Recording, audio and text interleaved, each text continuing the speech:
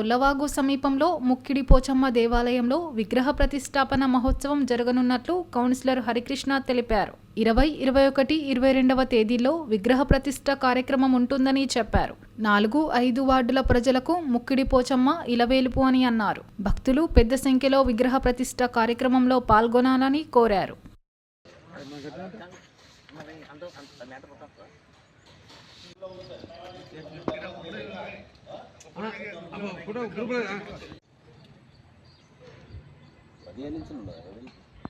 గది కావాలి, 15 ఇంచులది కావాలి.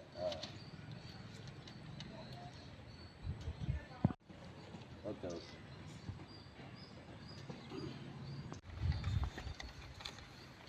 మంచిర్యాల పట్టణ ప్రజలకు, అదేవిధంగా మరి 5వ వార్డు ప్రజలకు, 4వ వార్డు ప్రజలకు విజ్ఞప్తి. మరి 5వ వార్డులో శ్రీశ్రీనగర్ తోళ్లవాగులో ఉన్నటువంటి ముక్కిడి పోచమ్మ దేవతామూర్తుల యొక్క మరి విగ్రహాలు ఎంతో పురాతనమైనటువంటి మరి పోచమ్మ తల్లి మరి మా ప్రాంతంలో తోళ్లవాగు శ్రీశ్రీనగర్లో నెలకొల్పడం సుమారుగా మరి 50 సంవత్సరాల పైచిలుకు దేవాలయం. దాన్ని ఈ ప్రాంతంలో ఉన్నటువంటి పెద్ద మనుషులు, మా యూత్ సభ్యులందరూ మరి ఇక్కడ దేవాలయం నిర్మించాలని నన్ను కోరిన మేరకు మరి వారి యొక్క విజ్ఞప్తిని స్వీకరించి ఈరోజు ఇక్కడ నూతన మరి దేవాలయాన్ని కూడా నిర్మించుకోవడం జరిగింది. అదేవిధంగా 20, 21, 22 తారీఖు లోపల మరి ముక్కిడి పోచమ్మ తల్లి విగ్రహ ప్రతిష్టాపన మరి కార్యక్రమం రామడుగు రామశాస్త్రి గారి యొక్క ఆధ్వర్యంలో విగ్రహ ప్రతిష్టాపన కార్యక్రమం నిర్వహించడం జరుగుతుంది. కాబట్టి ఇటు కార్యక్రమంలో మరి ప్రజలు పెద్ద ఎత్తున తరలి రావాలని, ఆ తల్లి ఆశీర్వాదాలు తీసుకోవాలని కూడా మనసారా కోరుకుంటూ, అదేవిధంగా విగ్రహ ప్రతిష్టాపన కార్యక్రమానికి మరి సహకరించినటువంటి దాతలుగా సహకరించినటువంటి మరి ఈ ప్రాంత వాసులు, మరి పట్టణ ప్రజలు కూడా మాకెంతో సహకరించి ఇటు కార్యక్రమాన్ని మరి విజయవంతం చేయడంలో వారి పాత్ర కూడా ఉందని సందర్భంగా తెలియజేస్తూ, అదేవిధంగా మరొకసారి తోళ్లవాగు శ్రీశ్రీనగర్ ప్రాంత ప్రజలకు ప్రత్యేక ధన్యవాదాలు తెలియజేస్తూ ఉన్నాం. ఇక్కడ యూత్ సభ్యులకు కూడా ప్రత్యేక ధన్యవాదాలు తెలియజేస్తూ ఉన్నాం.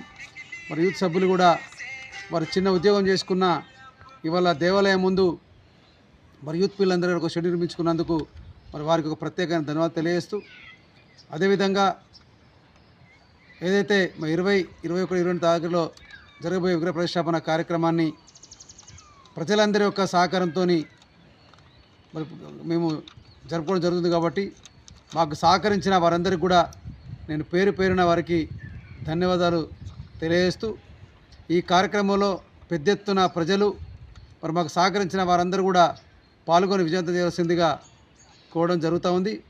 విగ్రహ ప్రతిష్టాపన కార్యక్రమం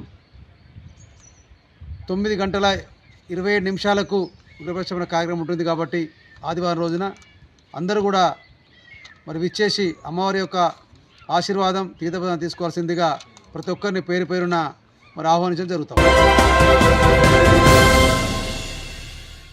రిటైర్డ్ అయిన కార్మికుల సమస్యల పరిష్కారానికి రామకృష్ణపూర్ సింగరేణి కమ్యూనిటీ హాల్లో శుక్రవారం ఉదయం ప్రత్యేక సమావేశం నిర్వహిస్తున్నట్లు AITUC central secretary Akbar Ali తెలిపారు. స్థానికంగా ఏర్పాటు చేసిన సమావేశంలో ఆయన మాట్లాడారు.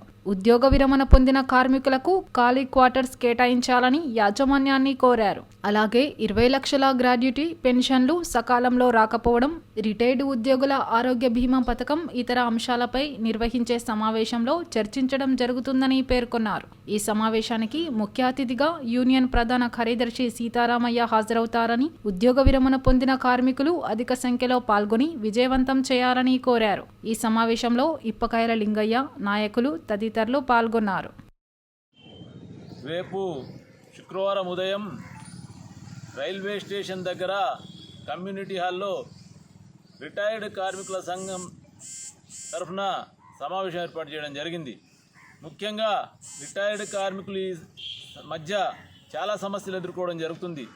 రకరకాల వదంతులతోని వాళ్ళు ఎక్కడి నుంచో దూరంగా ఊర్లలో ఉన్న వాళ్ళు కూడా ఇక్కడికి వచ్చేసి తిరిగి సమస్య సరిగా తెలియకపోయినా కానీ తిరిగి అనవసరంగా ఖర్చులు పెట్టుకొని ఇక్కడ పరేషాన్ అయి తిరిగి వెళ్తున్నారు.